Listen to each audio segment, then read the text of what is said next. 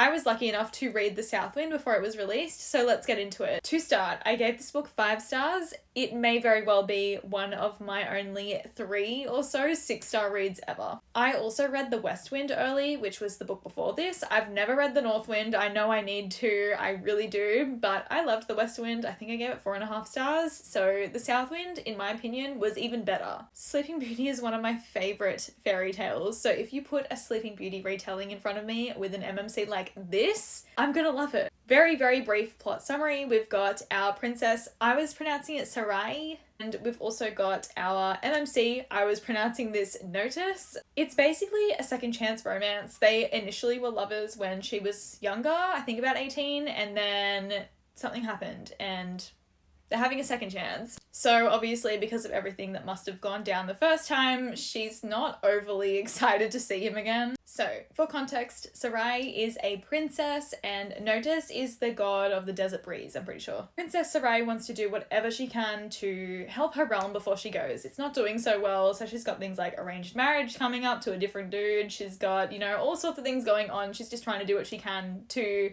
help her realm before she has her Sleeping Beauty moment on her 25th birthday. The king at the time, her father, is also trying to do what she can for the realm. So he's like, okay, Notice, you come back and you can help us protect the realm. So obviously this throws a spanner in the works. I'm going to leave it there, but there is so much that happens in this book. Like, that is just scratching the surface. Notice may very well be one of my favorite MMCs of all time. I loved reading about him. In my head, it was so clear, like, who he was.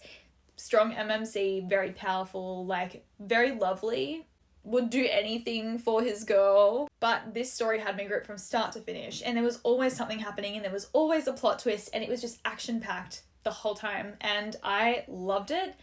The West Wind kind of felt like it dragged on a little bit, I won't lie, which is why I gave it 4 stars.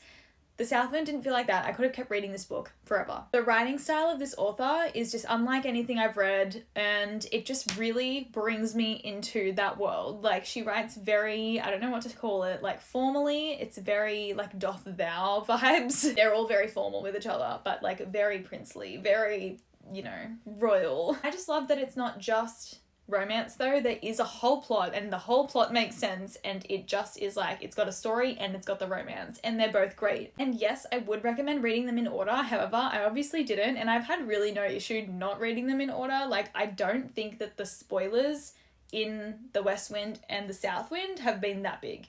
I don't know if those books have spoiled The North Wind too much. We'll have to see. But they just have their own complete stories. I just loved this book. Go and read this book.